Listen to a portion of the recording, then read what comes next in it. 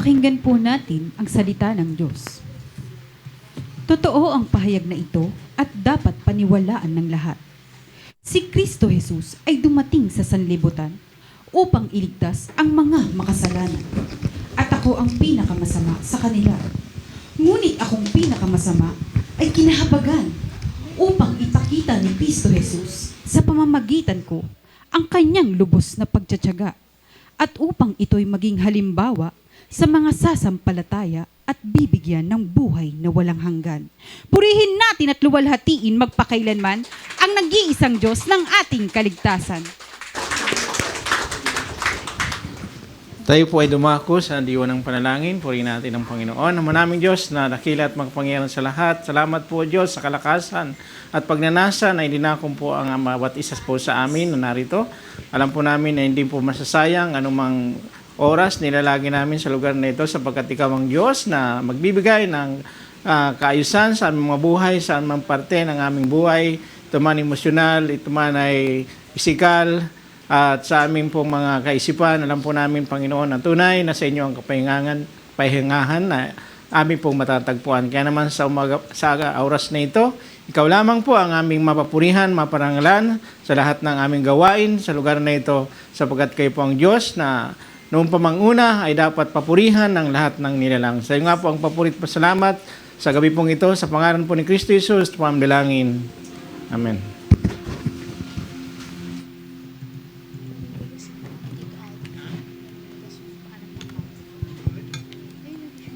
Good evening, church. Malakas po ang mic ko. Pahinaan ako, brother.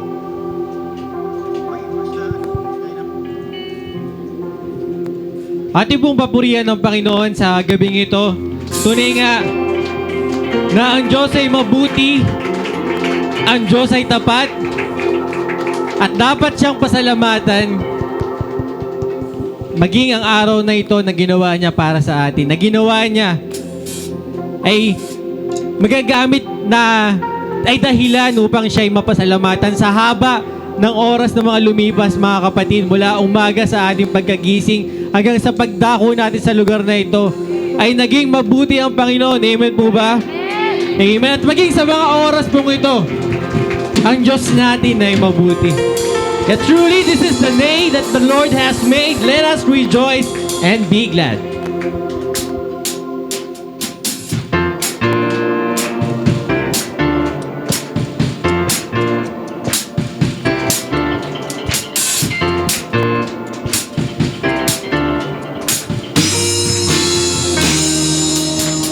There's a light that shines with hope and grace to the sky. With your mercy each day we're alive. Let your glory pour out, Jesus. There's a joy that overwhelms our souls, 'cause we know our God is in control, overflow. Let your favor pour out, Jesus. This is the day that the Lord has made. We will rejoice and be glad in it. This is the day that the Lord has made. We'll rejoice and be glad in it. We'll rejoice and be glad in it. Joy that overwhelms our souls, 'cause we know our God is in control, overflow. Let your favor pour out, Jesus. Jesus. This is the day that the Lord has made. We will rejoice and be glad in it. This is the day that the Lord has made. We'll rejoice and be glad in it. This is the day that the Lord has made. We will rejoice and be glad in it. This is the day that the Lord has made. We'll rejoice and be glad in it. We'll rejoice and be glad in it.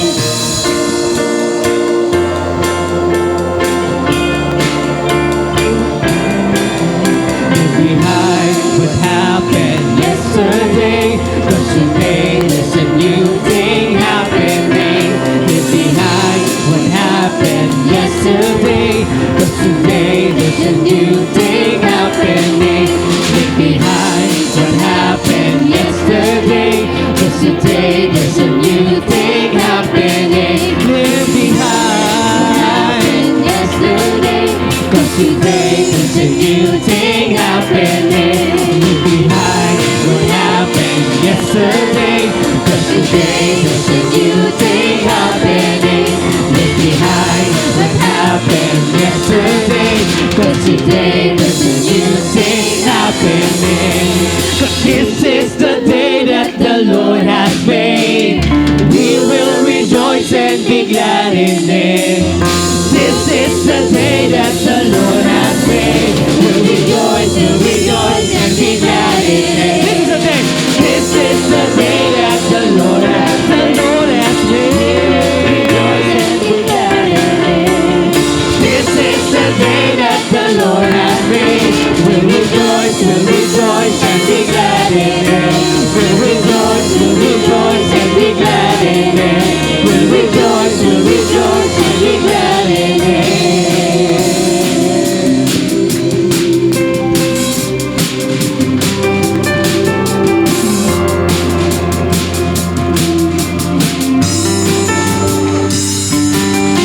Forgetting what lies behind, setting our hearts on the prize, always keeping our eyes on our Lord Jesus.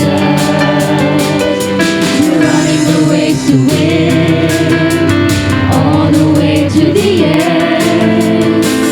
Lay down every sin that will seek to hinder us, and we'll be faithful to our calling. For you are able to keep us from falling.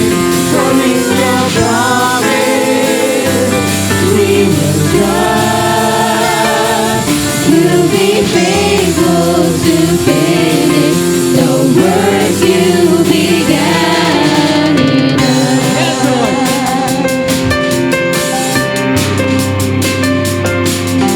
Forgetting what lies behind, setting our hearts on the prize, always keeping our eyes on our Lord Jesus. We're running the race to win, all the way to the end. Laying down every sin that would seek to hinder us, and we'll be faithful to our calling.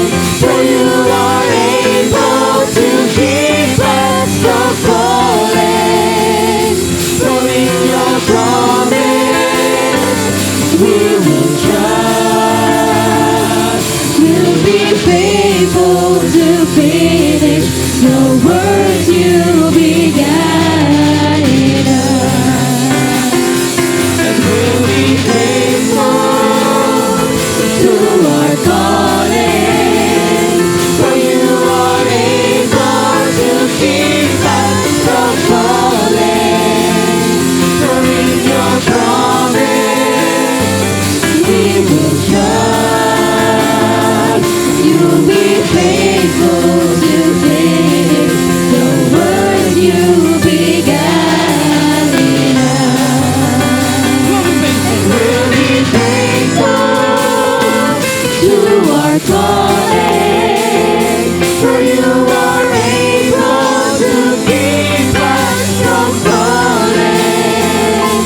For in your promise we will trust. You'll be faithful to finish the work you began in us. And we'll be faithful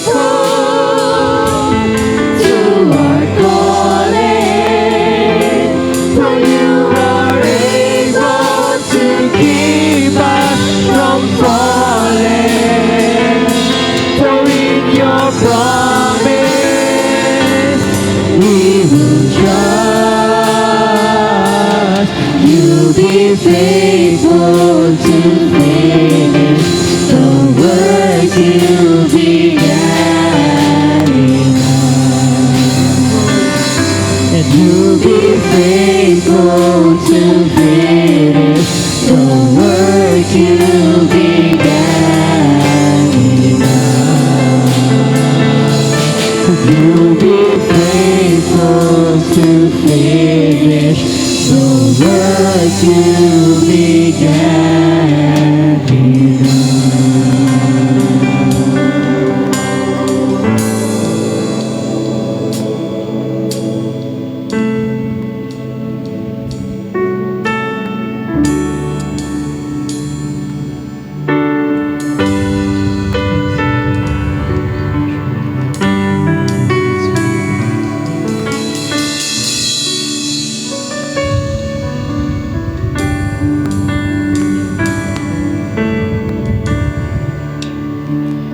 Hear our prayer. We are your children, and we gathered here today. We gathered here to pray. Hear our cry. We need your mercy, and we need your grace today. Hear us as we pray. Our Father, who art in heaven, hallowed be thy name. Our Father, hear us from heaven. Forgive our sins, we pray.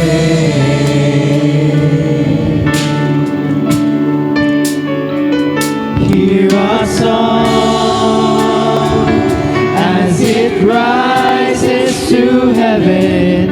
May your glory fill the earth as the waters covers the sea. See our heart and remove anything that is standing in your way of coming to you today. Our Father, who art in heaven, hallowed be thy name. Our Father, hear us from heaven. Forgive our sins, we pray. Our Father, who art in heaven, hallowed be thy name. Our Father, hear us from heaven. Forgive our sins, we pray.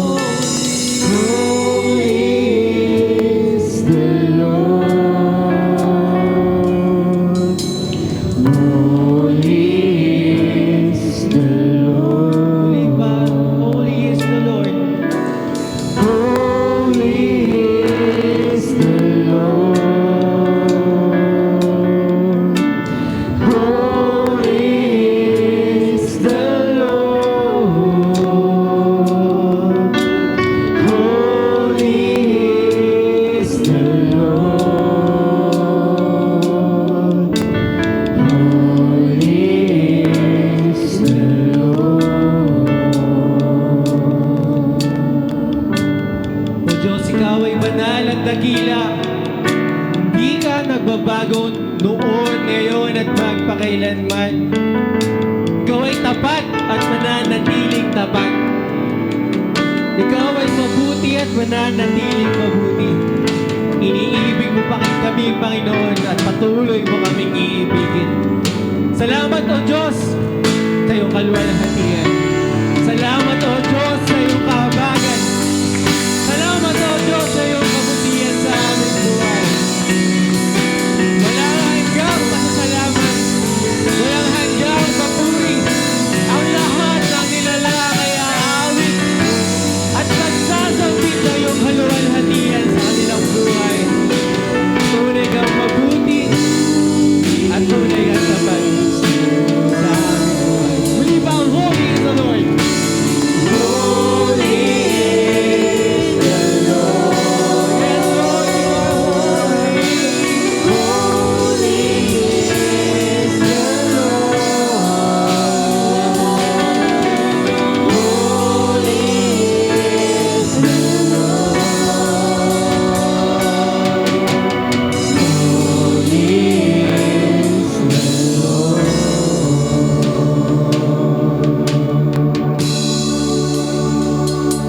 Muli pa, ang banal nating Panginoon ay ating papurihan, dakilain, pasalamatan, at itanghal sa gabing ito.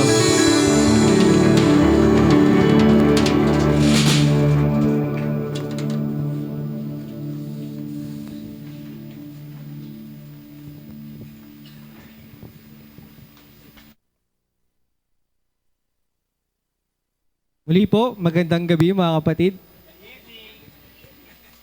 Masyado po tayong hiwa-hiwalay. Yung mga kapatiran po sa likod, baka pwede pong occupy natin yung front seats at magdikit-dikit po tayo.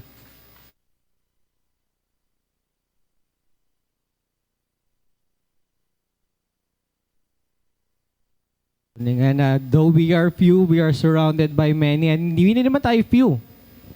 We are more than 3.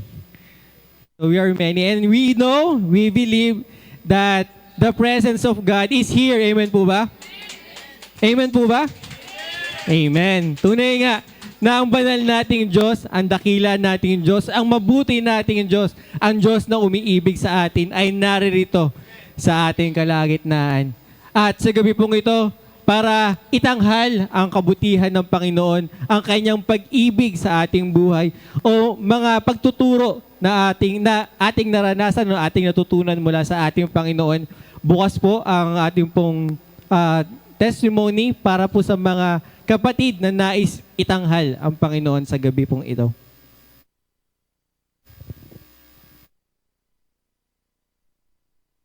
Ating pong palakpakan ng Panginoon sa buhay ng ating likod, Pastor Ferdy. Puri ng Diyos sa kanyang kabutihan. Marami na pong lumalaganap din ngayon na bagong katuruan. Ang tawag po sa kanilang grupo ay dispensationalism. Ang katuruan pong ito ay nagtuturo na iba daw po ang ebanghelyong itinuro ng mga alagad kaysa sa ebanghelyong itinuro ni Apostol Pablo.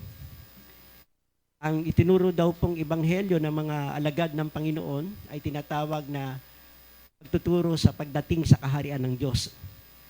Samantala, ang kay Apostol Pablo naman para sa mga mananampalataya ngayon ay tinatawag na magandang balita. Pero kung titignan po natin sa Gawa chapter 20, ang magpapaalam na po si Apostol Pablo sa iglesia sa Efeso, verse 24, ganito po ang nakalagay. Subalit walang halaga sa akin ang aking buhay, magawa ko lamang ang aking tungkulin, at matapos ang gawaing ibinigay sa akin ng Panginoong Hesus. Alin yun? Ang magpahayag ng magandang balita tungkol sa kagandahang loob ng Diyos para sa tao. So maliwanag po dyan na si Apostol Pablo po ay nagpapahayag ng magandang balita. Pero pagdating po natin sa verse 25, nakasilamuha ako sa inyo habang nangangaral tungkol sa kaharian. Para kay Apostol Pablo, ang pangangaral sa kaharian ng Diyos at ang pangangaral ng magandang balita ay iisa. Dahil kinukuha po nila ang bagay na ito nang si John ay dumating, nagbabautismo, at ang sabi niya, magsisi kayo sa inyong mga kasalanan sapagkat malapit nang dumating ang kaharian ng Diyos. Ng ating Panginoong Kristo ay nangaral, narito na ang kaharian ng Diyos. Ano po ba ang ibig sabihin ng kaharian ng Diyos? Ang kaharian po ng Diyos ay nangangahulugan, hindi lamang po doon sa tinatawag po nating makasama sa langit. Pagka tayo po inaligtas, hindi lamang po ang tayo ay makapunta sa presensya ng Panginoon doon sa kalangitan, kundi meron po siyang tinatawag na present na pangyayaring magaganap sa atin sa kasalukuyan. Ano po yun? Kung saan tayo po ay tinatawag na mga kawal ng Panginoon. At bilang mga kawal, tayo po ay may haring mangunguna. Yan po ay walang iba kundi ang ating Panginoong Jesucristo. Siya po ang ating kinikilalang hari. Okay? At mapapalaganan po natin ang kanyang kaharian, hindi po sa pamamagitan ng mga sandata o kapangyarihan, katulad po ng inaakala ng ilan. Kaya meron pong mga Kristiyano pumapasok sa gobyerno at sinasabi po nila kung sila'y naroroon ay mababago po nila sa pamamagitan ng mga batas na kanilang gagawin para sa kaharian ng Diyos, para mapalaganap ang kaharian ng Diyos. Hindi po sa pamamagitan ng kasangkapan ng tao kung paano lalawak ang kaharian ng Diyos. Alam po niyo kung paano pong lalawak ang kaharian ng Diyos?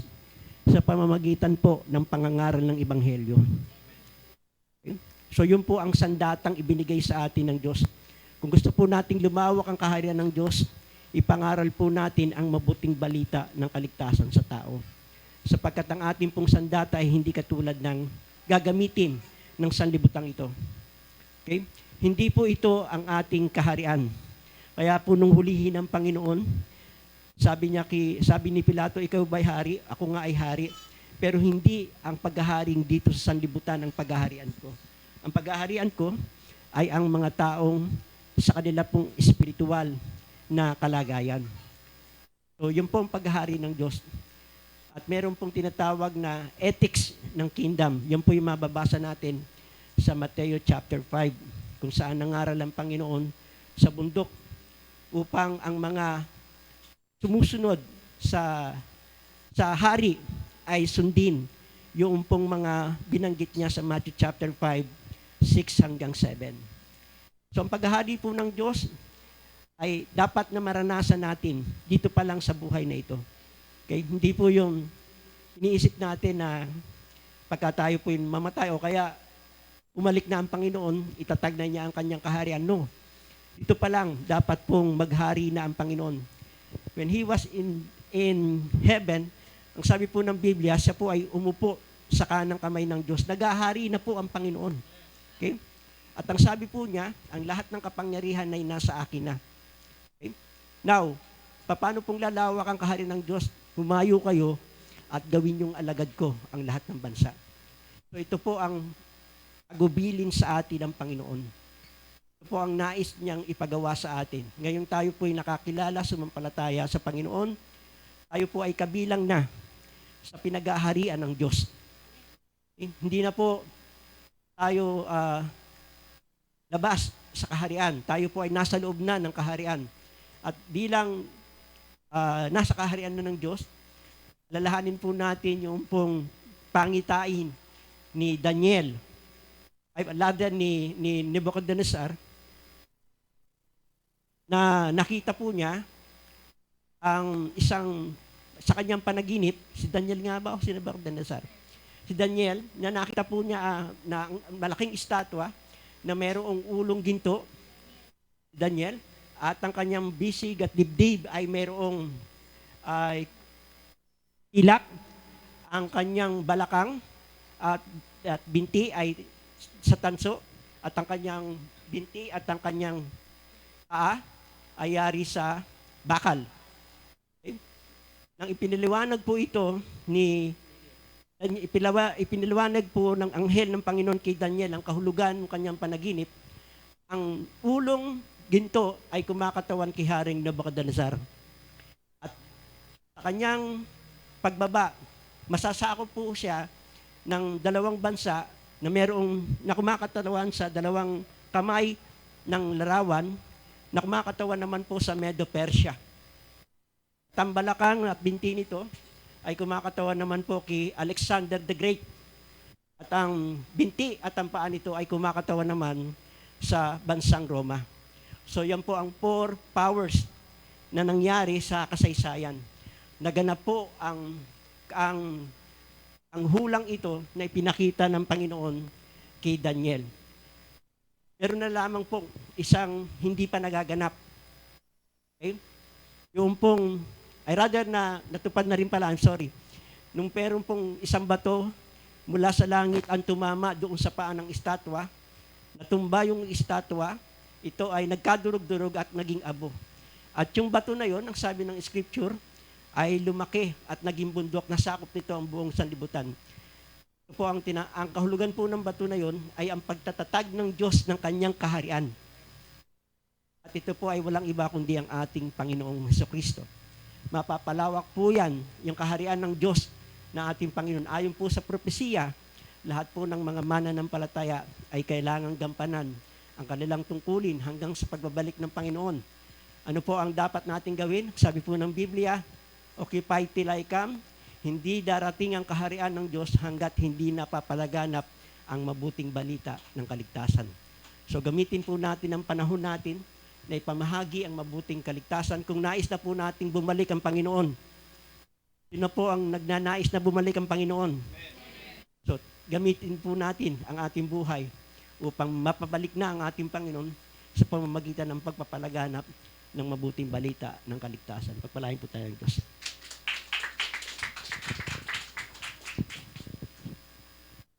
At sa pagpapalagana po ng kanyang mabuting balita, pwede tayong gumamit ng isang talata lamang sa Biblia. At alam ko, familiar po, nahirapan kamay. At alam ko po, kabisado po natin or karamihan sa atin. John 3:16, sino po nakakaalam? Tagalog o English po? Same? Ano po ang kaya nyo i-recite today? English? Oh, let's all recite John 3:16 on the count of 3. 1, 2, 3.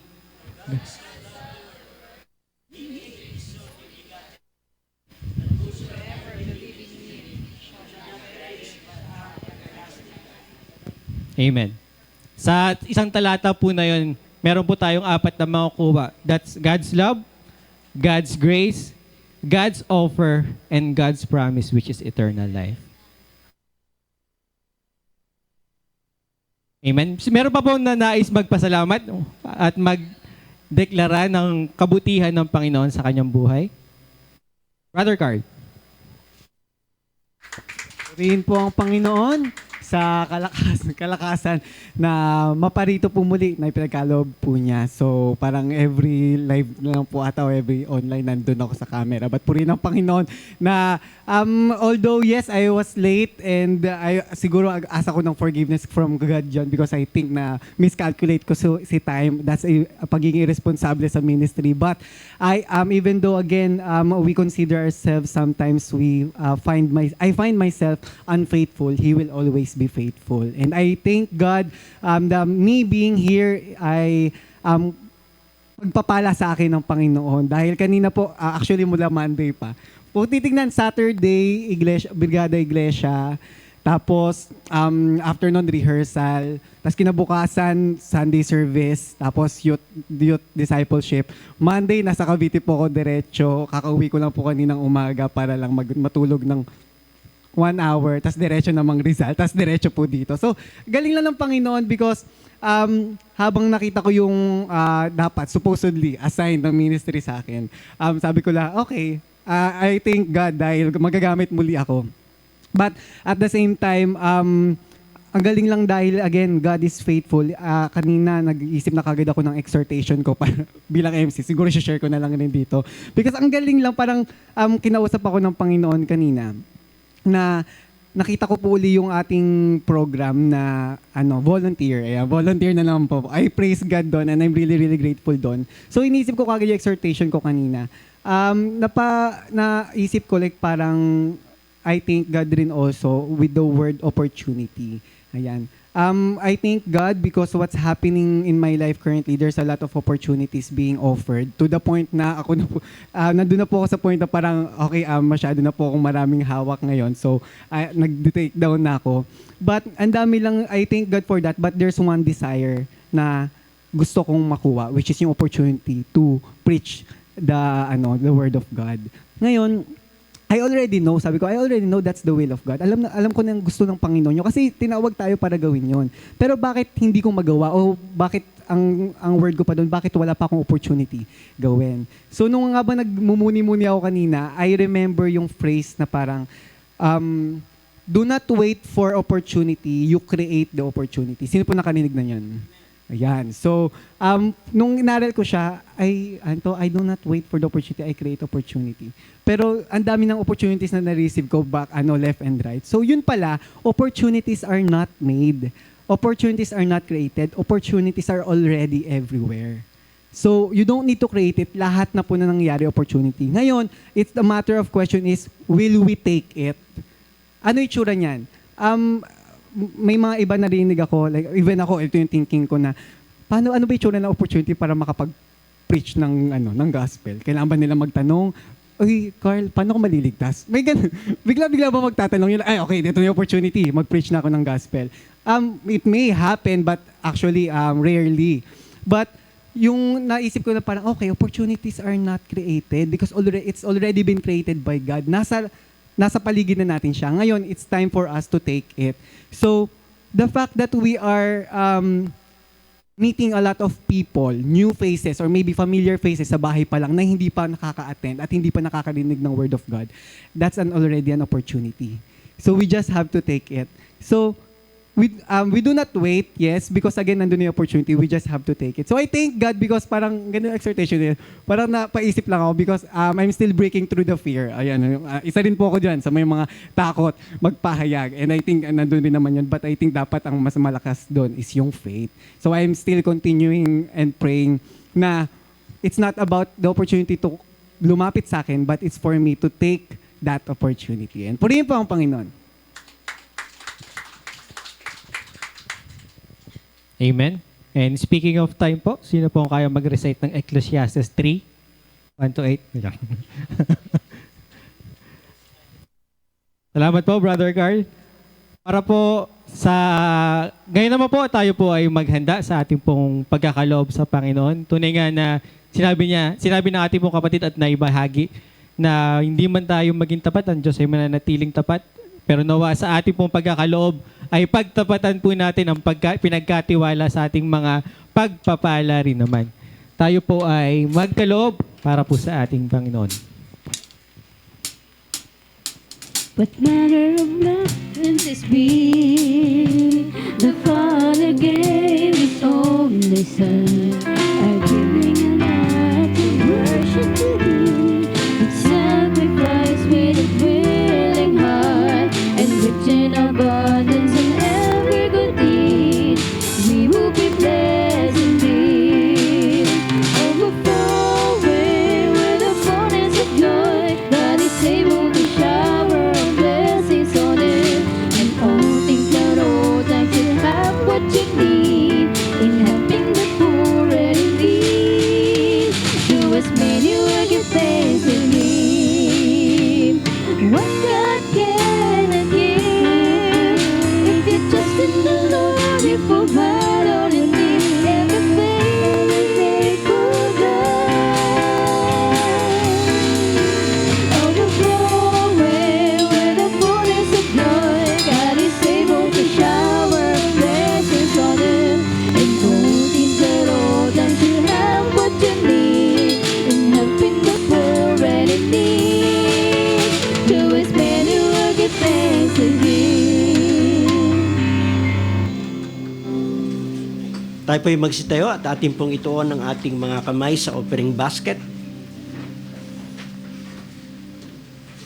Tayo po'y manalangin. Amang Diyos, nagpapasalamat po kami sa kakayanan na pinagkaloob mo sa bawat mananampalataya na kanila pong maibigay ang bahagi ng pagpapalang inyong ipinagkaloob. Bilang katapatan sa inyo pong biyaya na inyong ibinigay sa kanila. Salamat po sa mga trabaho at kanila pong pinagkakakitaan na kanila pong nagagamit upang magawa po nila ang inyo pong kalooban na sa amin pong pagdako sa lugar na ito ay may dala po kaming handog.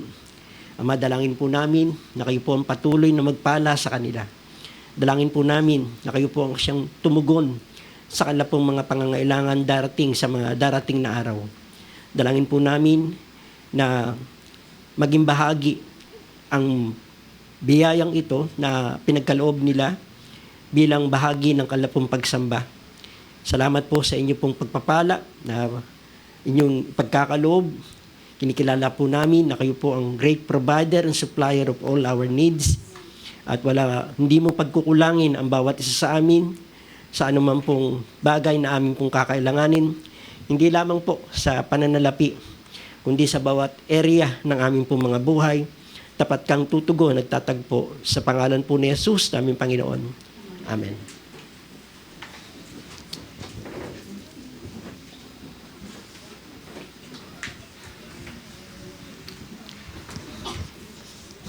Amen.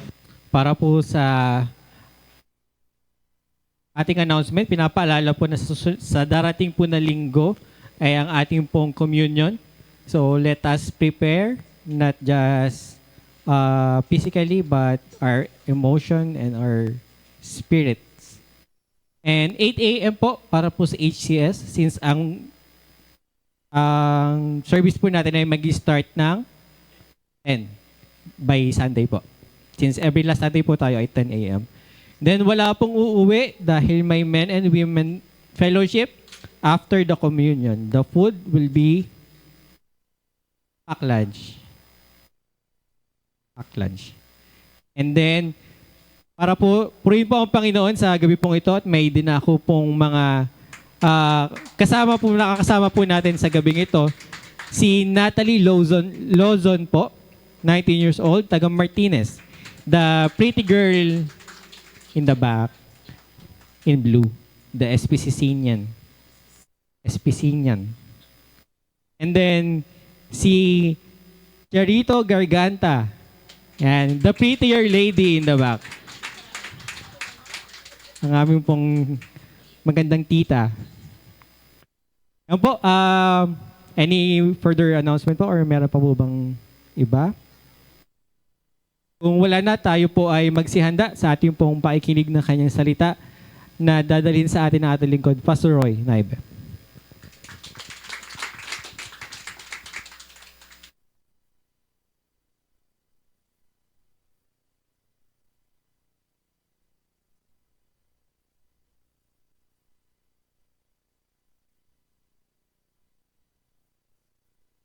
Magandang gabi po sa bawat isang idinako ang panyapak sa lugar na ito.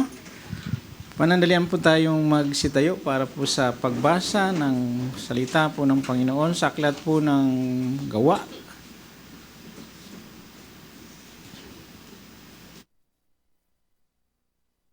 Isa pa rin pong tao na ginamit ng Panginoon na napakalaki po ng kanyang ginampanan tungkulin na matutungkuyan po natin sa Gawa chapter 9. Beginning verse 10, sa Damasco may isang alagad na ang pangalan ay Ananias. Tinawag siya ng Panginoon sa pamamagitan ng isang pangitain. Ananias, ano po yun? Panginoon, tugon niya. Sinabi ng Panginoon, pumunta ka sa kaling tinatawag na Tuwid sa bahay ni Judas at ipagtanong mo ang isang lalaking taga-Tarso na ang pangalan Saulo.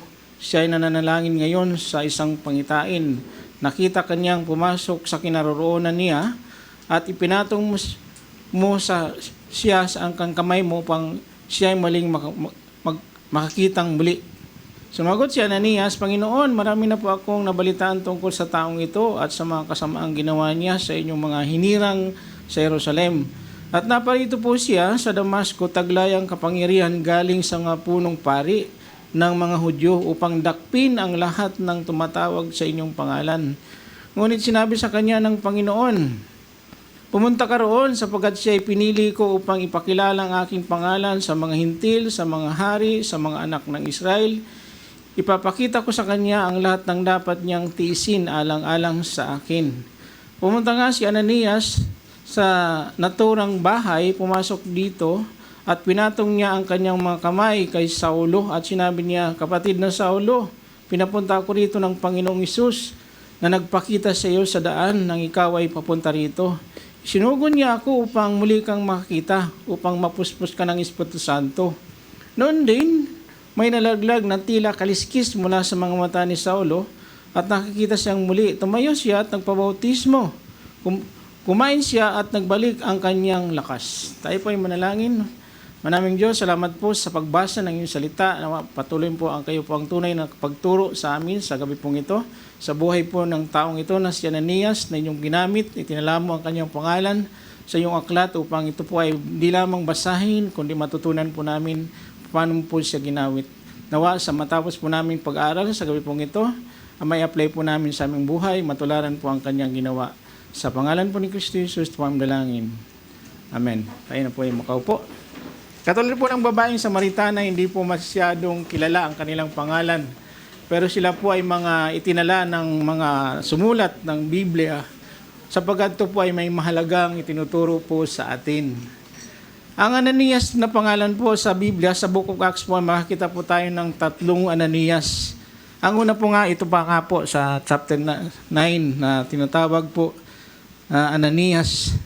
At yung pangalawa po, yung asawa ni Sapphira. Ananias din po yun, doon sa chapter 9, verse 10, 18. At yung pangatlo po sa Acts chapter 23, na anak ni Bidios, na kung saan, yan po ang mga pangalan po nila na tinala. Na ang kahulugan po ng kanyang pangalan, Jehovah has graciously given. Yun po ang kanilang kahulugan ng kanilang pangalan. Yan po ay mga taong itala ang kanilang pangalan. Katulad nung babaeng Samaritana, hindi pinangalanan, pero nakita naman natin na kahit ganun po ang kanyang papel na kung saan ang babaeng yun ay masigit na mapalad sapagkat yung mga tao daw po noong una, sabi nga ng Panginoon, maraming gustong makita, masilayan ang Panginoon. Kaya yung babaeng Samaritana, na pag-aralan po natin nakaraan, ay isang taong mapalad sapagkat nakausap mo niya mismo ang ating Panginoon. So sa taong naman ito ay kausap din ng Panginoon ang taong ito. At maaring ang Ananias na ito ay nasaksiyan ng ating Panginoon sapagkat siya po siya sa mga alagad na kasakasama noong 12 na makikita po natin. Sa gabi po ito, bigyan po natin ng pansin, pamagatan po natin ang gampanin ni Ananias bilang alagad. Bawat isa po sa atin, alam po natin na mayroon po tayong gampanin. Mayroon po purpose ang Panginoon sa bawat tao na kanyang hinirang at magkaroon ng kaligtasan sapagkat hindi lamang po tayo tunay nga na naligtas, kundi tayo po ay tinawag din naman para sa pagtitiis. Yan po ay tungkulin ng isang taong mga naligtas. Kaya po, kapag tayo po ay sumampalataya sa Panginoon, nagkaroon tayo ng buhay na walang hanggang, matik po yun. Tayo po ay tinatawag na alagad. Hindi po na kailangan bigyan ka ng titulo. Ang tawagin ka lang na alipin o alagad ng Panginoon ay maganda na pong titulo yan. Kaya yun po ang bigyan po natin ng pansin sa buhay po ng taong ito, na hindi man po siya tunay na pinili na maging alagad katulad po ng 12, pero ang taong ito, ang napakalaki ng ginampanan po niya sa buhay ni Pablo na tinatawag pong Saulo. Sabagat kung makikita po natin ang istorya, bago natin tingnan bakit sumulpot ang pangalan ni Ananias, tataas po tayo ng basa ng verse 1 ng chapter 9. Ganito po ang pangyayari. Samantalang patuloy na nagbabanta si Saulo na ipapatay ang mga alagad ng Panginoon, lumapit siya sa pinakapunong pare. Sa Pariseo po kasi si Saulo o Pablo. At humingi siya ng sulat para sa mga sinagoga sa Damasco upang dakpin. Parang may warrant, kumuha siya ng warrant. At ang kanyang dadakpin ay mga taong Kristiyano o sumusunod sa ating Panginoon. Sabi po niya, sabi po naman ni Lucas na sumulat dito, upang dakpin niya at madala sa Jerusalem ang sino mang lalaki, babae na matagpuan niya roon, kaanib sa daan ng Panginoon. Ganun po katindi sa panahon po noon. Mabuti na lang hindi tayo nabuhay noon. Kasi mahirap maging Kristiyano noon, tagasunod ng Panginoon. Kaya po, sa panahon po natin, napakapalad po tayo dahil maluwag, di tayo inuusig ng mga tao para mag-aral ng salita ng Diyos. May hayag po natin ang kadakilaan o ang pagsunod natin sa Panginoon. Sa kanila po, yan po ang kanilang ginagawa. Yan po ang trabaho ni Saulo. Kaya naglakbay si Saulo papuntang Damasco at nang siya'y malapit na sa lungsod, biglang kumislap ang paligid niya. Ang isang nakakasilaw na liwanag mula sa langit, natumba siya sa lupa at narinig niya ang isang tinig na nagsabi, Saulo, Saulo, bakit mo ako inusig? Sino kayo, Panginoon? Tanong niya. Ako si Jesus ang iyong inusig, tugon ng tinig. Yun po ang pangyayari. Yun po yung Saulo na kung saan bibigyan ng pansin o binigyan ng pansin ng Panginoon o hinirang ng Panginoon at hindi po direkta, kahit sabihin na natin, katulad ng mga alagad ni na Pedro na pwede na siyang pahayagan, pero hindi po yun ginawa ng Panginoon kasi siya po ay makyat na sa langit, panahon na yan. At yun po ang pinaranas kay Saulo, kaya binanggit nga po ni Pablo sa mga sinulat po niya, siya po ay isang alagad na tinawag parang hindi sa kapanahunan. Yan ang sabi niya. Sapagkat ang pagkatawag sa kanya ay hindi po maganda. Siya po ay nabulag at inuusig po niya ang mga mananampalataya. Siya po yung umuusig sa mga mananampalataya noon. Pero ganun po ang ginawa sa kanya ng Panginoon, natigilan at sila ay nung siya po ay mabulag, natigilan at hindi makapagsalita ang mga kasama ni Saulo nang marinig lait ang tinig, ngunit wala naman silang nakitang nagsasalita. Tumayo si Saulo at pagmulat niya, hindi na niya makita, kaya siya nakay ng mga kasama niya at dinala sa Damasco. Di siya nakakita sa loob ng 3 araw at hindi rin siya kumain ng minom. Ganun po ang nangyari kay Saulo nung siya po ay bigyan ng kapansanan, yun nga, nang mabulag po siya ng 3 araw. Kaya sabi po ng Biblia sa verse 10, ito pong tao na to, sabi ng Biblia, sa Damasco may isang alagad na ang pangalan Ananias. Tinawag siya ng Panginoon sa pamagitan ng pangitain. Ananias, ano po yun, Panginoon? Tugon niya.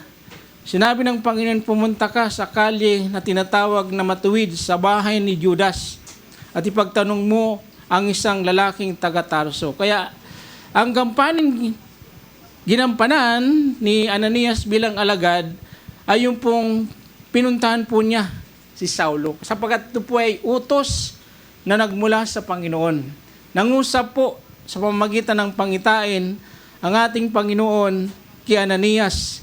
At yung pangyari po yan ay patulad po nung nangyari kay Cornelio, di ba? Matatandaan nyo sa chapter 10. Si Cornelio at si Pedro ay ganun din po, kinausap din ng Panginoong Kristo sa pamamagitan ng pangitain na kailangan niyang puntahan o sumama doon sa mga inutusan ni Cornelio.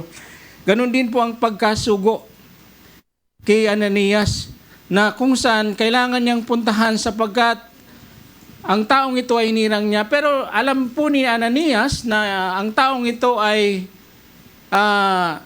nagpipersecute. Kaya nga po siya nandoon para hulihin ang mga Kristiyano na nakikilala niya, lalaki at babae. Ganun po ang tungkulin. Talagang kahit si Apostol Pablo o si Saulo, nung hindi pa siya nakakilala sa Panginoon, talagang matindi na ang kanyang hangarin. Sa pagsunod, yung pag-uusapan po ang pagiging religyoso, tama po siya, na walang may pipintas sa kanya sapagkat talagang ang naakala niyang sumasalungat sa Panginoon ay kanyang inuusig. Kaya sa pamagitan nun, ay ginamit ng Panginoon ang taong itong si Ananias para siya po ay puntahan dahil inutusan po siya ng Panginoon. Yung kanyang tungkulin, kahit ayaw po niya, dahil sinabi ng Panginoon, pumunta ka sa verse 11, sa kalye na tinatawag na tuwid sa bahay ni Judas, ipagtanong mo ang isang lalaking taga-Tarso na ang pangalan Saulo. Siya'y nananalangin ngayon sa isang pangitain. Nakita kanyang pumasok sa kinaroonan niya at pinutungan mo siya ng kamay upang siya'y makakitang muli. Pero bilang tao, katulad natin, mayroon talagang alindangan. Pero dahil ang Panginoon mismo ang nag-utos sa kanya, isa siyang alagad. Anong sagot niya? Sumagot si Ananias, Panginoon, marami na po akong nabalitaan tungkol sa taong ito at sa mga kasamaang ginagawa niya sa inyong mga hinirang sa Jerusalem. At naparito po siya sa Damasco, taglay ang kapangyarihan galing sa punong pare ng mga Hudyo upang dakpin ang lahat ng tumawag sa inyong pangalan. Katulad din ni Moises, nung siya utusan na pumunta sa Paraon, nangatwiran din, pero hindi po yun matatanggihan sapagkat yun po ay utos ng Panginoon. Ngunit sinabi sa kanya ng Panginoon, pumunta ka roon sapagkat siya'y pinili ko upang ipakilala ang aking pangalan sa mga hintil at sa mga hari, sa mga anak ng Israel. At ipapakita ko sa kanya ang lahat ng dapat niyang tiisin alang-alang sa akin. Yun po yung bilin, yun ang kanyang gagawin. Yun ang ipinabatid ng Panginoong Jesucristo sa kay Ananias. Kaya yung kanyang gampanin ay kailangan po niyang puntahan dahil inatasan siya ng Panginoon. Dahil siya ay isang alagad ng Panginoon. Tungkulin po niyang gawin yung bagay na yun. Hindi po siya maaring matakot, mag-alindangan, sapagkat yun po ang kanyang narinig mismo sa Panginoon. Makikita po natin, si Ananias, maaring siya po ay, sinabag kasi, alagad na siya eh. Maaring siya po sa kasama, si Ananias, kasama na ng Panginoon doon sa chapter 1 ng Gawa, na kung saan may mga alagad doon na mga mananampalataya. May bilang po na mananampalataya yun. Hindi nga lang siya pinangalanan. Sabi ko sa ng Biblia, nung matanda natin na yung pinalitan din ni si Judas, di man siya napili, pero matiyak na nandoon siya sa chapter 1 ng 15, sabi ng Biblia, makalipas ng ilang araw nang magkatipon ang may 120 mga kapatid, tumayo sa harap nila si Pedro at nagsalita. Yun nga po yung kailangan nilang palitan. At siya rin po yung alagad na binanggit din po ng utusan. Kasi alagad na siya ng Panginoon, hindi po siya maaring kasama doon sa 3,000. Maaring siya rin po isa siya kasama doon sa sinabi ni Lucas sa chapter 10 na isinugo ng Panginoon. Sabi ng Biblia, isinugo ni Jesus ang 72.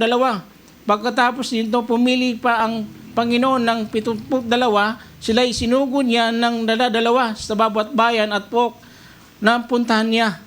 So yung mga alagad na yan, hindi man po sila pinangalanan, pero sila po ay may malaking gampanin. Katulad nga po sa bagay na ito na ginawa po o sinugo po siya ng ating Panginoon. Na kung saan, sa chapter 8 pa lang, ito po yung kalagayan ng mga mananampalatayang ito na nagkahiwa-hiwalay.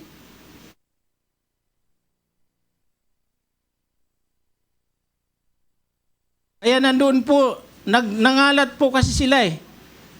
Sila po ay nangalat at si Ananias ay napunta nga sa Damasco. Di lamang doon siya nakatira. Na makita po natin sa chapter 8, sabi po ng Biblia, sila po ay, ang bawat mananampalataya nung patayin si Esteban, sila po ay nangalat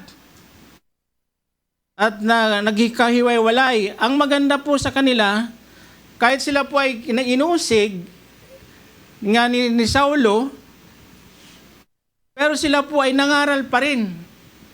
Yun po ang maganda, kahit na sila po ay may panganib na maring ma-encounter sa bilang mananampalataya, hindi po sila nagatubili na sundin ang Panginoon, tulad nga po ng ginawa ni Ananias na sumunod sa Panginoon, na kahit marami na po siyang nalalaman, sapagkat siya po ay alagad. Ano po ang sinasabi sa atin bilang mga mananampalataya sa panahon po natin? Na kahit tayo po ay nagtitipon sa panahon po natin kasi wala namang pag-usig. Kasi nangyari po yan doon sa verse 1, tingnan po natin, inusig ni Saulo ang iglesia, sinangayunan ni Saulo ang pagpatay kay Esteban. Ng araw na iyon, nagsimula ng matinding pag-uusig laban sa iglesia sa Jerusalem. At maliban sa mga apostol, ang lahat ng sumasampalataya nagkawatak-watak at napunta sa iba't ibang lugar sa lupain ng Judea, Samaria. Sa Esteban naman, inilibing ng mga taong may takot sa Diyos at tinangisan ng gayon na lamang. Samantala sinikap ni Saulo na wasakin ang iglesia, pinapasok niya ang mga bahay-bahay, kanyang kinakaladkad, ibinibilanggo ang mga sumasampalataya, maging lalaki o babae. Pinangaral sa Samaria ang magandang balita, pinangaral ng mga mananampalatayang nagkawatak-watak sa ibang lugar ang salita. Saan man sila magpunta, yun po ang kanilang ginagawa. Si Ananias ay katulad po ng mga, sabihin nating ordinaryong mananampalataya na nakaranas ng pag-uusig, pero sila po ay ginamit ng Panginoon para pahayagan ang lahat ng tao. At itong si Ananias, kaiba po ang kanyang naging kalagayan sapagkat si Saulo na isang nagpipersecute sa mga mananampalataya, siya po ang naatasan ng Panginoon para ito po ay pahayagan. Yun po ang una natin nakikita sa bagay na po na yan. At hindi lamang po ginampanan niya na pahayagan si Saulo, ang sabi po ng Biblia, pinuntahan niya at pinahayagan niya si Saulo. Sapagkat si Jesus ang nagpakita sa kanya sa Damasco na kailangan muli siyang makita. Kasi sabi po ng Biblia, sabi po ng Panginoon, sinabi sa kanya ng Panginoon, verse 15, pumunta ka roon sapagkat siya'y pinili ko upang ipakita ang ay pakilala ang aking pangalan sa mga hintil, sa lahat ng hari at sa mga anak ng Israel. At ano po ang ginawa? Verse 17, pumunta nga si Ananias sa naturang bahay, pumasok dito, binatong niya ang kanyang kamay kay Saulo at sinabi niya, kapatid na Saulo. Ganun po ang tawag niya, kapatid na Saulo, pinapunta ako rito ng Panginoong Hesus, nagpakita sa inyo sa daan, nang ikaw ay papunta rito. Isinugo niya ako upang muli kang makita, upang mapuspos ka ng Espiritu Santo. So, yung ginawa ng Panginoon kay Saulo na siya ay hindi makakita, nagpakilala lamang Panginoon, pero kailangan pa rin na siya ay pahayagan. Kaya ito po yung sinasabi ni Apostol Pablo sa kanyang mga sulat na kailangan ang pananampalataya, ang pagkakilala sa Panginoon ay kailangan sa pamagitan ng pangangaral. Kaya kahit maging si Apostol Pablo o Saulo ay pinangaralan, pinahayagan siya tungkol sa ating Panginoong Jesucristo. Kasi yun po ang sabi niya, kapatid na Saulo, pinapunta ako rito ng Panginoong Hesus na nagpakita sa iyo sa daan nang ikaw ay papunta rito. Isinugo niya ako upang muli kang makakita. Yun po yung pangangaral ni Ananias kay Saulo na pinahayag po niya. Kaya, ganun pa rin po, hindi rin po nabago. Pwede nang sabihin ng Panginoon kay Saulo, ako ang inuusig mo. Pero kailangan pa po niyang isugo si Ananias sapagkat yun po ay gampanin, hindi lamang po pinapakita na sa mga alagad noon, maging sa panahon po natin.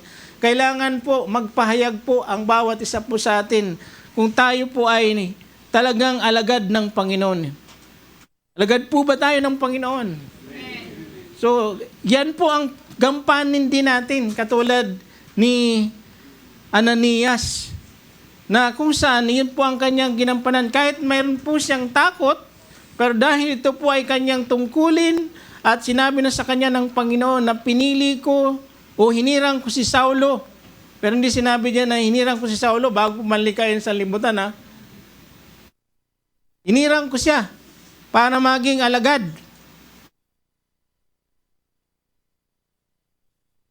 Kaya hindi na po nakatanggi, hindi na po tumutol. Sabi po diyan, pumunta ka roon sapagkat pinili ko siya upang ipakilala ang aking pangalan. Yun po yung gamit sa pagkapili, upang ipakilala ang aking pangalan. At siya naman talaga ang ginawa ni Apostol Pablo. Talagang sinikap niya, nagampanan ang tungkulin po niya na inatang sa kanya ng Panginoon sa pamamagitan po ng pangangaral ni Ananias sa kanya. Kaya makikita po natin pa dyan, maging si Apostol Pablo, kahit hindi po kasama sa 12 alagad, labis-labis po yung kanyang pagkilala kay Ananias sapagkat binanggit po niya yan nung siya po ay Pablo na sa chapter 22 ng Gawa. Ano po ang pagpapatutuo niya kay Ananias? Sabi niya, nung siya po ay inuusig ng mga leader o mga hari ng mga Pariseo, nung siya po ay naging apostol na ng Panginoon, ano po ang sabi niya? Ano ang pagpapatutuo niya tungkol kay Ananias? Sabi ng verse 12 ng chapter 2, doon ay nakatira si Ananias, siya ang tapat. Sabi po niya, siya ay tapat na sumusunod sa kautusan at iginagalang ng mga Hudyong naninirahan doon. Yan po yung pagpapatutuo ni Apostol Pablo kay Ananias. Pinuntahan niya ako, tumayo sa tabi ko at sinabi sa akin, kapatid na Saulo, makakita kang muli. Noon din, nakakita akong muli at tumingin ako sa kanya. At sinabi sa akin, pinili ka ng Diyos ng ating mga ninuno upang malaman mo ang kanyang kalooban, makita ang kanyang matuwid na lingkod, at marinig ang kanyang tinig sapagkat ikaw ay magiging saksi niya upang patutuhanan sa lahat ng tao ang iyong nakita at narinig. Yan po yung pangangaral ni Ananias kay Apostol Pablo o Saulo, na kung saan ang gampanin niya, puntahan at pahayagan.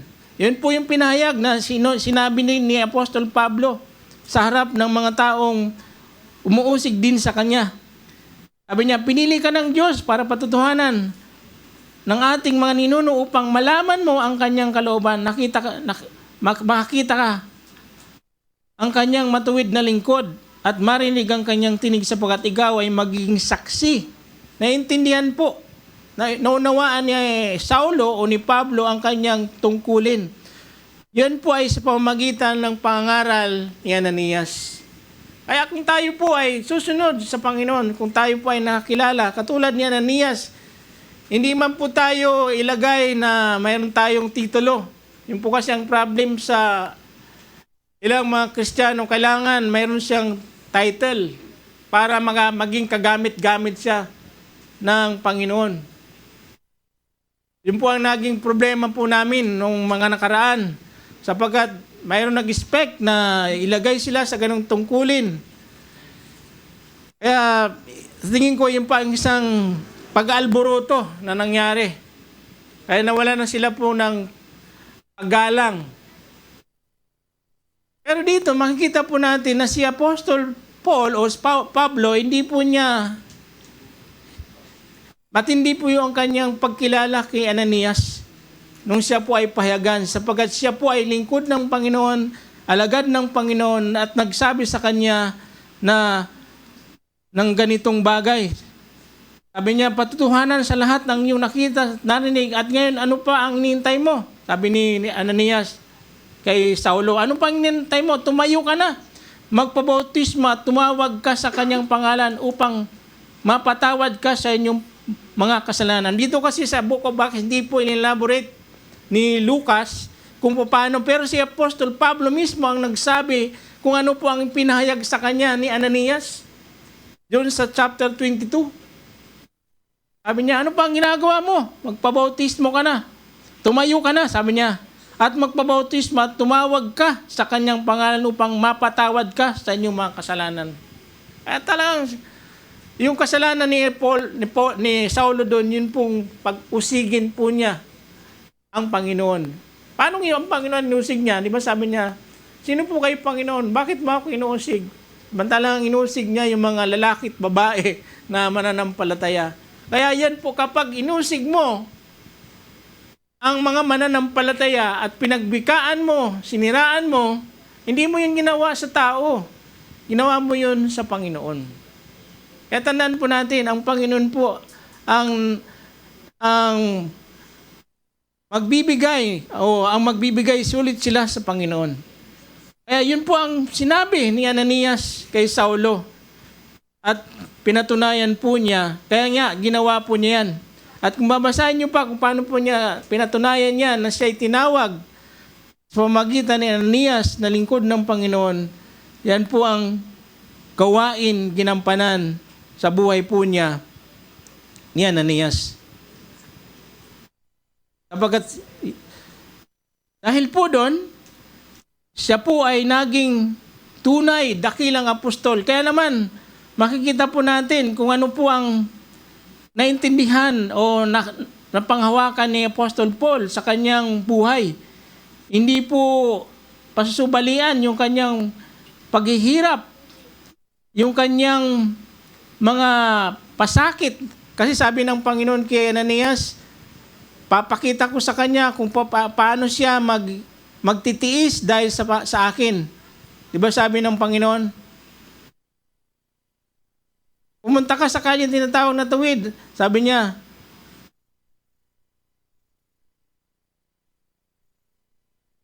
mayroong binanggit dyan. Kaya naiintindihan ni Apostol Paul yung kanyang mga tiisin dahil sa ating Panginoong Jesucristo.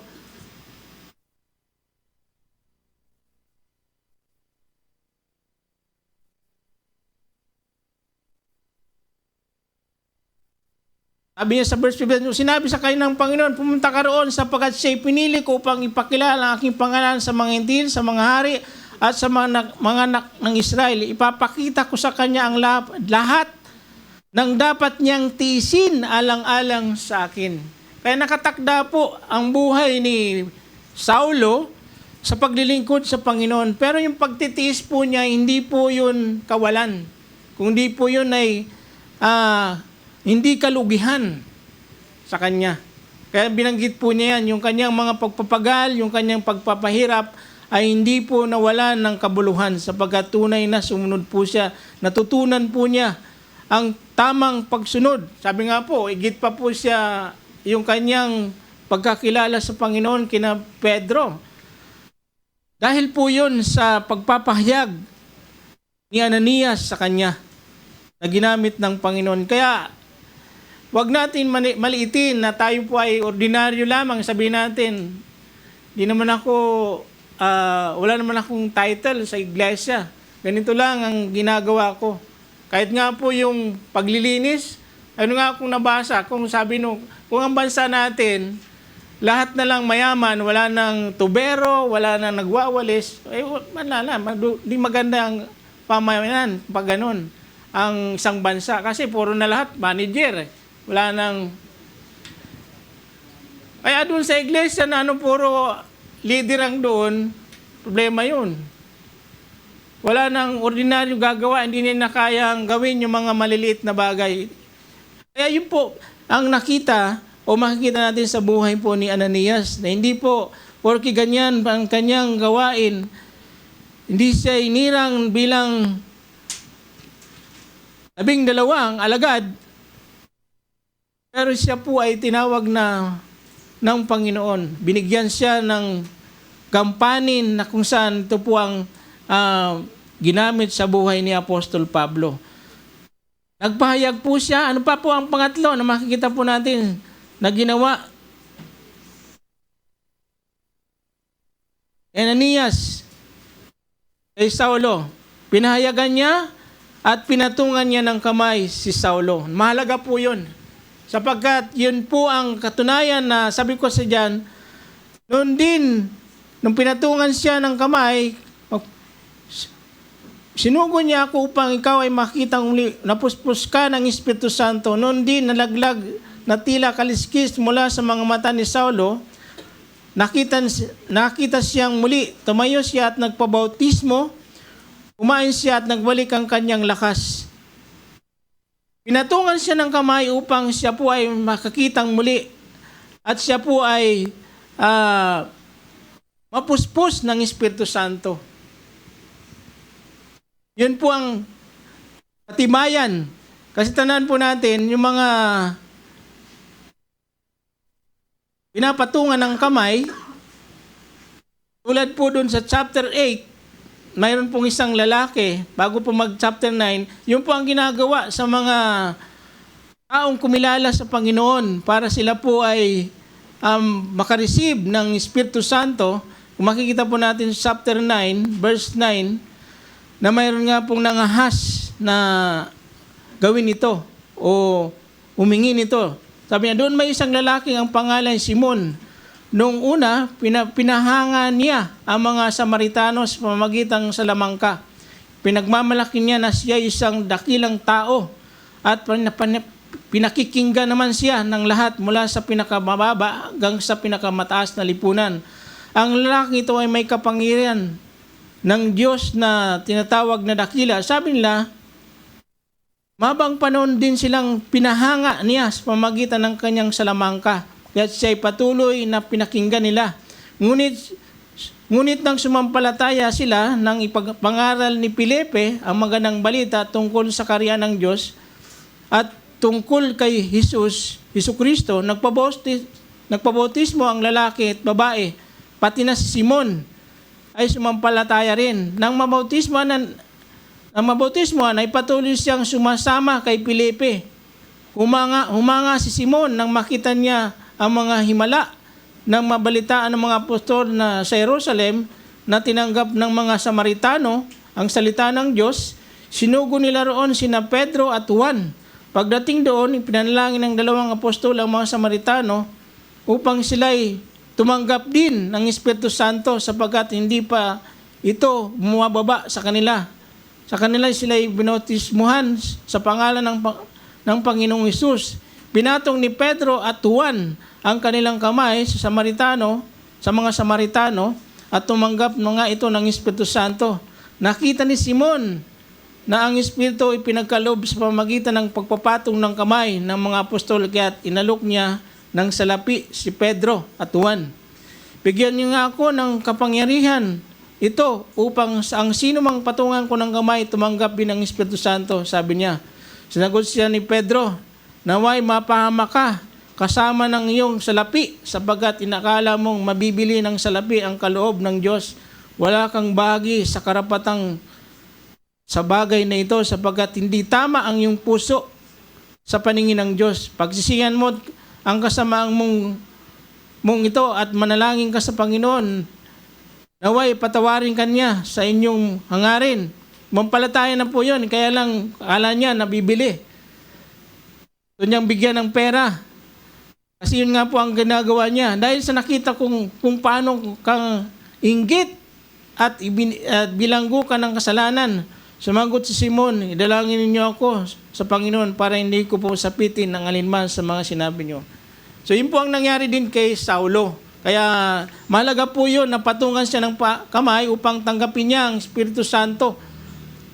Kaya nung siya po ay tumanggap ng Espiritu Santo, yan po yung tapang. Kaya sumunod po na mga chapter niyan, si Saulo ay sumasama-sama na sa mga alagad. At siya po ay nangangaral na ng may katapangan. Sapagkat yan po ang importante. Kung tayo po ay sumampalataya sa Panginoon, nandiyan na po ang Espiritu Santo.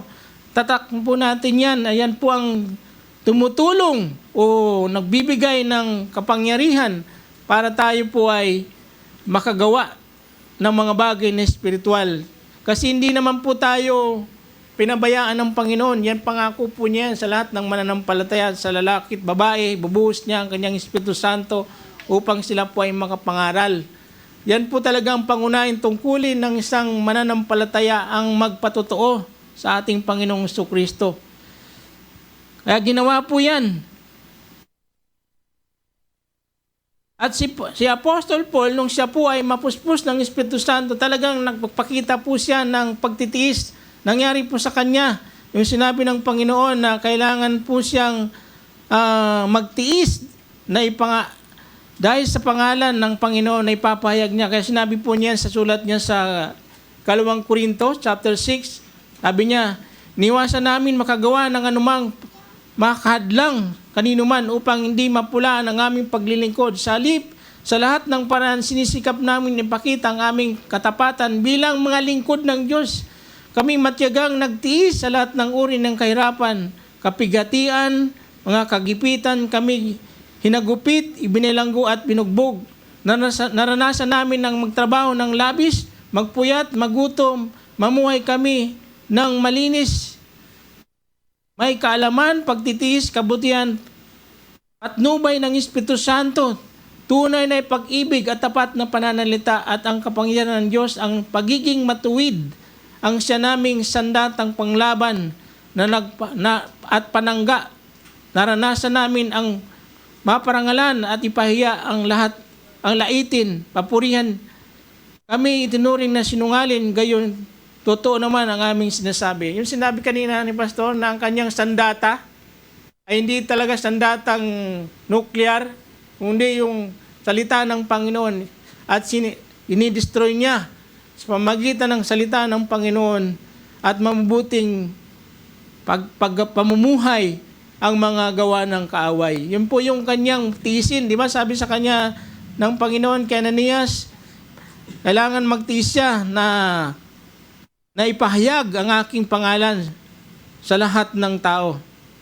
Pakita niya na dapat niyang tiisin ang lahat alang-alang sa kanya. Yun po ay nangyari, natupad kay Apostol Pablo. Pero nangyari yun dahil sa alagad na si Ananias na ipinayag po sa kanya at pinatungan ng kamay. At yan po ang kanyang naging buhay. Siya po ay nagbuhos ng panahon para ibigay ang kanyang pangangaral at gawin alagad ang lahat ng mga hintil. Doon po kasi siya nakapokus.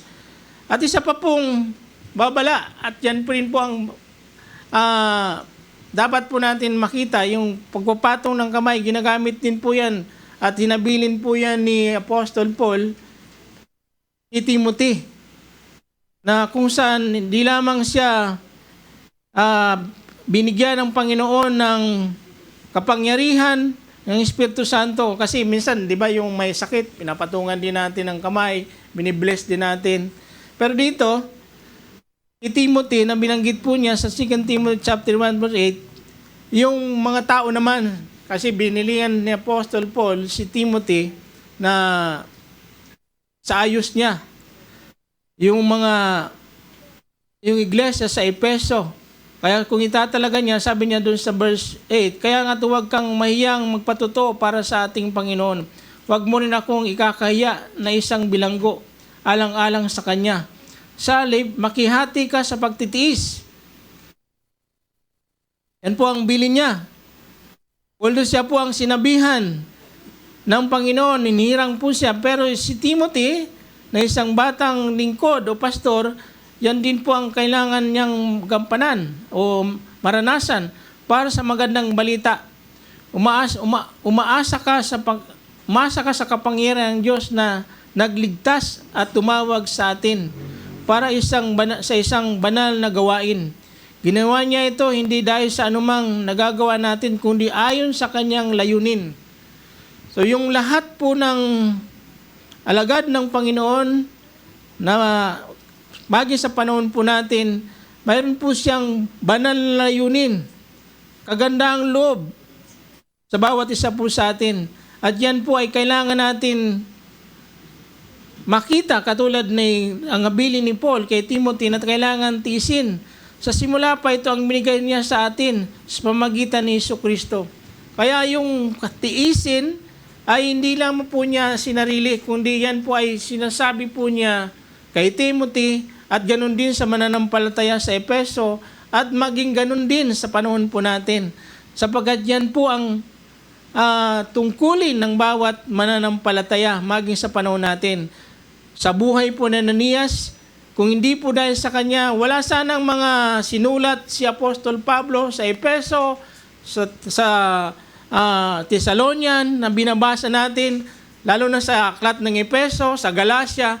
Kung hindi po dahil kay Ananias na tinuguri ng Panginoon, ay hindi po yan malalaman natin ang tunay na layunin ng Panginoon sa buhay natin. Kaya ano po ang aral na makikita po natin sa buhay ni Ananias na ginamit ng Panginoon para maging apostol, si Apostol Pablo, maging dakilang apostol? Katulad po niya, magpagamit po tayo. Kung tayo po naniniwala na tayo po ay alagad ng Panginoon, wala man po tayong titulo, pero kailangan po natin magbahagi. Mamaya, yung mga nabahaginan mo, katulad kay Brother Julius, nabahaginan niya, naging pastor, di ba? Alay mo, may mga mabahaginan kayo maging pastor. Pagdating ng araw, kaya wag natin baliwalain, o kaya isang manggagawa ng Panginoon, isang misyonero ng Panginoon. Yan po ay tungkulin natin. Kasi sabi po diyan, di ba, yung mga apostol na natili sa Jerusalem, pero ang mga mananampalataya katulad ni Ananias at iba pang mga lalaki at babae, nangalat sila. Sila po ang umabot sa mga lahat ng hintil, lahat ng klase ng tao, sa lahat ng bayan. Sila po ang ginamit. Kaya hindi lang po yan tungkulin ng pastor para gamitin. Si Apollos, di ba? Si Apollos nga ba yun? Yung pinahayagan ni Priscilla at na nakita niya na mahusay magsalita. Yun mga bagay na gayon na meron tayong tungkulin na gampanin. Tulad kay Timothy, sino lang po ang ginamit dyan para maging pastor siya? Yung kanyang lola at kanyang ina. At nung lumaki na, siya po ay tinuruan, tinuli ni Apostol Paul para maging tunay, maging estudyante niya at maging lingkod ng Panginoon. Yan po yung Timothy na sinulatan po niya. At mayroon po siyang sinabi sa kanya na hindi dapat ginagawa o di dapat gawin kaagad-agad.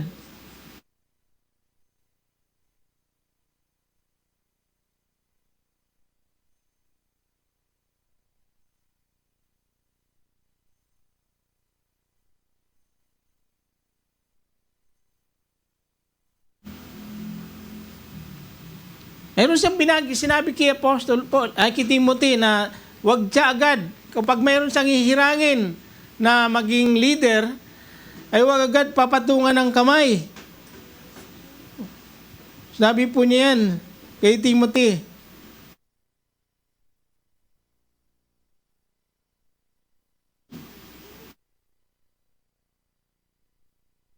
Kailangan suriin. Sabi niya doon sa 1 Timothy chapter 5, huwag mong ipapatong agad sa inyong kamay ang sino mang upang bigyan ito ng kapangyarihan. Mamahala, ingatan mong huwag kang masangkot sa kasalanan ng iba. Manatili kang walang dungis. Ito naman, yung pagpapatong dyan, yung ibigyan mo ng authority, i-ordain ang isang tao sa kanyang tungkulin. Yan po ay dapat hindi rin dapat ginagawa. Kailangan mayroon siyang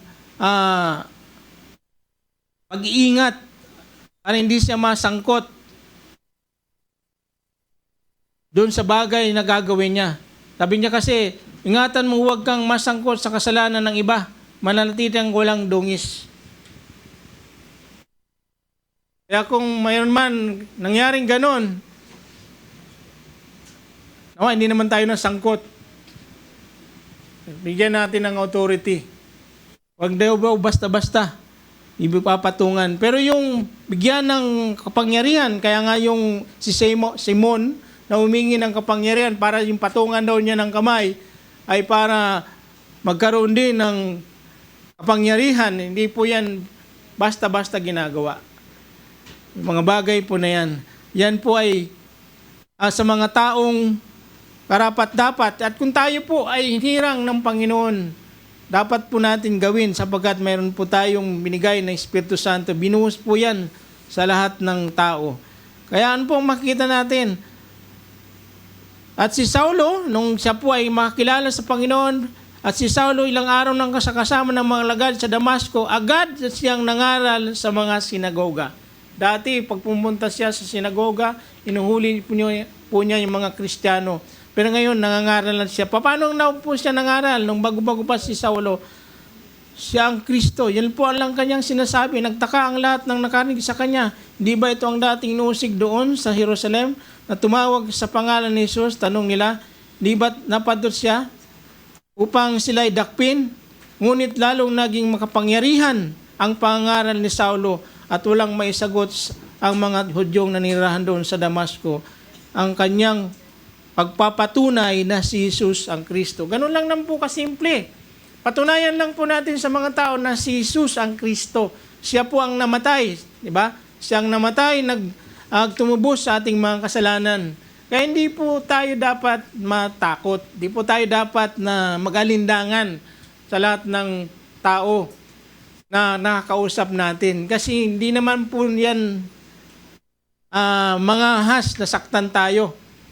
Sa panahon nga nila, talagang bawal yun. Ulihin sila ng mga Hudyo na against sa paniniwala tungkol sa Panginoon. Pero sa panahon po natin, hindi naman. Kaya katulad ni Ananias, tulad ni na Saulo, at iba pang mga ordinaryong mananampalataya ng ngalat, tularan po natin sila. Wala man po tayong malaking pangalan o titulo sa iglesia nating kinabibilangan, tungkulin po natin yan sapagkat napakalaga po nung sinabi na isang alagad. Tayo po ay alagad ng Panginoon, alipin ng Panginoon, dapat po natin itong tularan na tayo po ay magpahayag ng katotohanan tungkol sa ating Panginoong Kristo. Yan po yung buhay na mayroon si Ananias na kung saan ginamit po siya ng Panginoon na hindi po malaking trabaho sa paningin natin, pero yan po ang pinagmulan ng Pablo na kinikilala natin ng dakilang mga ngaral na lubusang nagpahayag ng katotohanan ng mga hiwaga tungkol sa Panginoon. Kaya purihin po natin ang Panginoon kung tayo po ay tinuruan ng mga taong nagtiis sa atin. Pinahayagan po tayo. Huwag po natin baliwalain. Yun nga po yung sinasabi ko nung mga nakaraan, maalala ko lang, na hindi po, dito tayo nakakilala. Yung mga taong ginamit dito, yung nagturo sa atin, pwede ba naman na sila ay magkamali, sila ay maging malihis ng landas? Napaka-imposible yun, hindi po yun mangyayari. Hindi po yun, hindi tayo mamapahamak. Kung tayo lamang po ay nagkaroon ng pagkilala. Dapat si Apostol Pablo, yun po ang kanyang pagkilala kay Ananias. Kahit ang Panginoon, lubos na kinikilala niya. Kasi sa dami-dami ng mga tao doon, di ba? Sabi lumabas yung pangalan ni Ananias na mayroong isang alagad na taga roon sa Damasco. Ang pangalan Ananias na ginamit para kay Pablo. Kaya yung kanyang pagkilala ay hindi po nawala. Hindi po niya binigyan ng na hindi yan. Hindi ordinaryong tao lang. Kay Pedro nga, mas sinabihan pa ni Paul di ba? Napagsabihan pa ni Apostol Pablo si Pedro. Mantalang siya po ay talagang original na alagad ng Panginoon. Pero itong si Ananias, talagang pinigay niya yung sinabi niya, nagpatutuo siya tungkol sa taong ito. Ganon din po tayo, mga kapatid. Dapat, hindi lamang tayo nagpapatutuo sa hindi pa mananampalataya. Kahit naman sa mga taong nakakasalamuhan natin, tingnan po natin yung ginamit ng Panginoon para sa atin. Kilalanin natin, huwag natin silang baliwalain. Kasi yan po yung ginamit sa'yo ng Panginoon. Sabi nga natin, di ba, pag mayroon kang nabahaginan, anak mo yan, di ba? Anak mo yan sa pananampalataya. Kahit saan man tingnan yan, sabi nga ni Apostol Paul, 1,000 man ng inyong guro, ako pa rin ang ama nyo sa pananampalataya. Totoo naman. Ang ama natin si Apostol Paul sa pananampalataya. Sa mga taga-Korinto, Pero yung pananampalataya naman natin, dapat katulad nung ni Abraham, di ba? Kasi yun din po ang nakita po ni Apostol Paul. So dapat ganun po natin tingnan ang mga taong nagtuturo sa atin, yung nag-akay sa atin, nagpahayag sa atin. So yan po ang sinasabi sa atin sa buhay po ni Ananias, na siya po ay ginamit ng Panginoon at nakita ng Panginoon yung kanyang gampanin na hindi matatawanan kahit na hindi po siya kilala ng mga ibang mananampalataya. Pero sabi naman ni Apostol Paul, siya po ay kilala sa Israel ng mga Hudyo, nakakilala sa ginagalang siya. So hindi po yun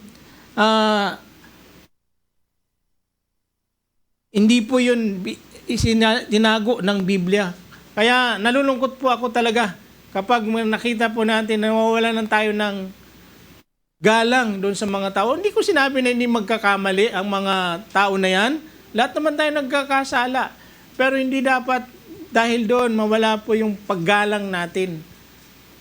Diba? Kahit nga sa magulang, hindi natin pwedeng gawin yan. Kahit na walang iya yung magulang mo, sabi nga, magulang mo pa rin yan. Biologically. Kahit na pasawayan o kaya di maasahan, hindi mo pa rin siya kasi yun pa rin ang tatay mo pa rin yan. Ay lalo na sa spiritual na bagay. Yan po yung nais natin parating sa buhay po Ananias. Na hindi po natin, kung darating man ang panahon na parang nabubwisit ka na, baka nadadala ka na ng emosyon mo, huwag kang padaig sa bagay na yun. Kailangan mong ilingin sa Panginoon na mapagtagumpayan mo yung mga bagay. Kasi mayroon po sa atin, wala na eh. Kaya minsan ayaw ko na po na magpatotoo dito kasi pag nagpapatotoo ako, hindi nila nagugustuhan. So ngayon, kung mayroon pa man pong mga ganung katulad ng nararamdaman, wag po natin alisin yung paggalang natin. Kasi sila po yung ginamit ng Panginoon. At kung sakali man na sila po ay magkamali, kasi sabi naman ng Biblia yan, ni Santiago, na hindi naman laging madalas magkamali. Ang hindi lang nagkakamali, yung talagang ganap. Di ba? Sabi niya, huwag niyong ngangarin na maging guro ang karamihan sa inyo. Sapagat madalas magkamali. Pero kahit magkamali, hindi naman po yung mananatiling mali. Tutuwid pa rin yan ng Panginoon. So yun po ang maging babala sa buhay po ni Ananias, na kahit ganun po ang kanyang tungkulin, siya po ay tiningnan ng mataas ni Apostol Paul o ni Saulo doon sa kanyang pagpapatotoo, di ba?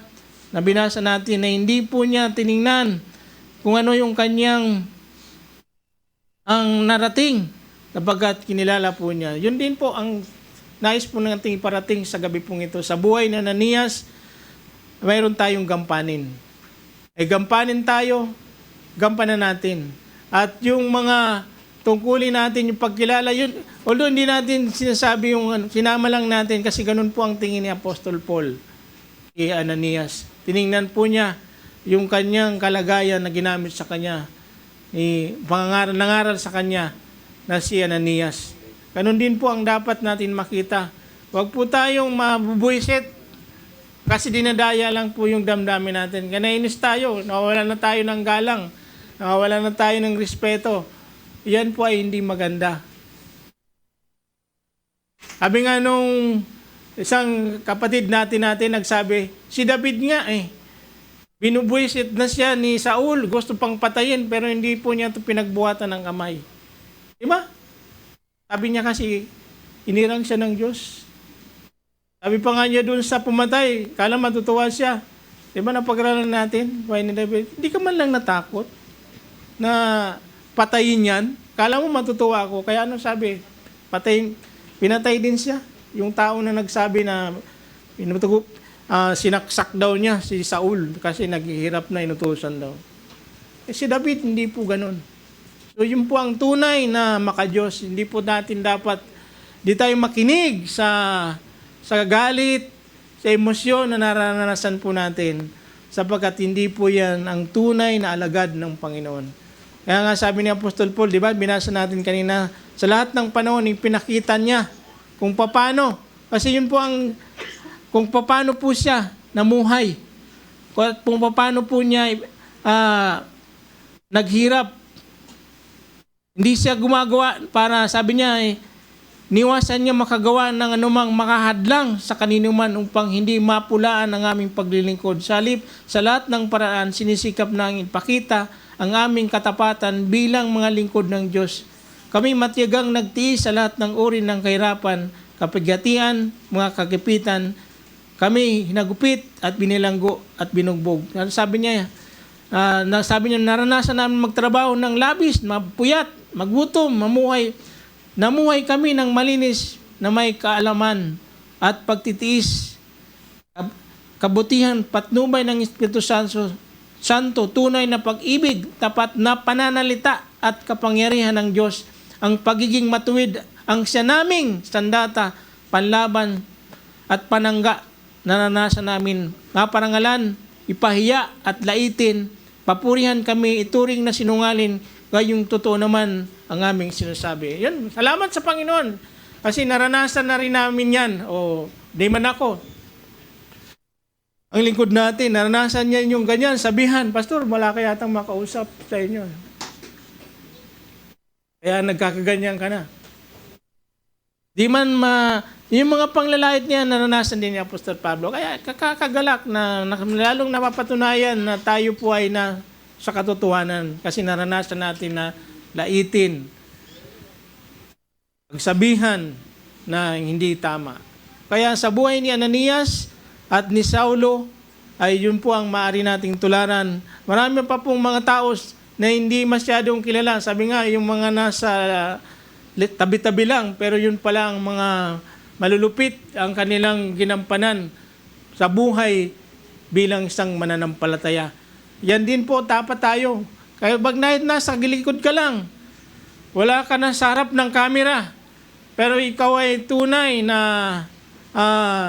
alagad ng Panginoon, yun po ang maganda natin tularan, katulad po sa buhay po ni Ananias. Purihin po natin ang Panginoon, pangaral ng kanyang salita. Ay mula tayo magstayo para sa pangwakas na pananalangin. Maraming Diyos, salamat po sa gabi pong ito na kami po ay muli niyo pong binigyan ng kaalaman tungkol sa buhay po ni Ananias at ni Saulo, na kung saan pares niyo pong alagad. Alam po namin ang mga bagay na ito ay naisulat, hindi para lamang po may mabasa po kami, kundi ito po ay mga gawa ng mga unang mananampalataya. Ang mga buhay po nila ay may mga mensahe na dapat po namin tularan. Kaya naman kami po ay tulungan mo na maging katulad po nila ang aming mga sarili, hindi lamang sa panahon ngayon hanggang sa darating pa, na kami po ay maging kagamit-gamit. Matawag mo nga po kaming mga tunay na mga alagad ng Panginoon na handang magtiis at handang gawin ang iyong kalooban. Ito man ay labag sa aming kalooban, mahirap man, sapagkat alam po namin na ito po ay tinalaga mo sa amin upang magtiis dahil sa pagpapatotoo namin sa inyo. Kung paano ang aming Panginoong Kristo naghirap, sinabi rin po niya na walang alipin na makakahigit sa kanyang Panginoon. Kung paano siya inusig, usigin din po ang bawat mananampalataya. Hindi po nagbabago ang iyong salita kahit noon maging sa kasalukuyan. Panginoon, hindi pa man kami dumaranas ng ganitong mga hirap sa aming bansa, sa aming mga buhay. Nawa hindi po kami maging kampante na hindi po namin ganapin o gampanin ang iyong inatang na mga tungkulin bilang mananampalataya. Salamat po sa mga kapatid po namin dinakop sa lugar na ito, at pagpalain niyo po ang lahat ng may karamdaman, pagalingin, katulad po ng aming lingkod na si Pastor Bong na mayroon pong karamdaman, nawa manambalik po ang kanyang lakas upang makasama po namin sa pagtitipong gagawin namin sa susunod, at maging ang iba po namin kapatiran, mahal namin sa buhay na hindi man po nabanggit, ay dumaranas ng mga kahirapan, kasakitan, ay patuloy nga po na sa inyo namin pinagkakatiwala, sapagkat kayo po ay Diyos na manggagamot, Diyos na nagpapala, Diyos na nagbibigay kapayapaan sa aming mga buhay. At pagpalain niyo rin po ang mga kapatid po namin na kung saan ay nagkakaroon ng mga kaguluhan sa kanilang isipan sa pananampalataya, nawa ay patuloy po na mapagtagumpayan po nila magkaroon po sila ng panahon na saliksikin ng mga salita mo at unawain upang ito po ay aming mapagtagumpayan. Hindi may nating nagkakaroon ng kalungkutan at hindi kapanatagan sa aming mga buhay sapagkat kayo po ay Diyos ng kapayapaan at dapat po namin kilalanin. Salamat po, Panginoon, sa pagdako po ninyo dito ng kaligtasan. May kaligtasan, ganun din po ang aming pag-uwi. Ingatan po ang bawat isa. At nawa idako mo muli ang aming pangyapak sa susunod na gawain. Sa iyo nga po ang papurit pasalamat sa pangalan ng aming Panginoong Kristo. Ang biyaya at pagpapala ng ating Panginoon ay patuloy niyong maranasan sa Kanya lamang kapurihan, parangalan, ngayon at magpakailanman. Amen.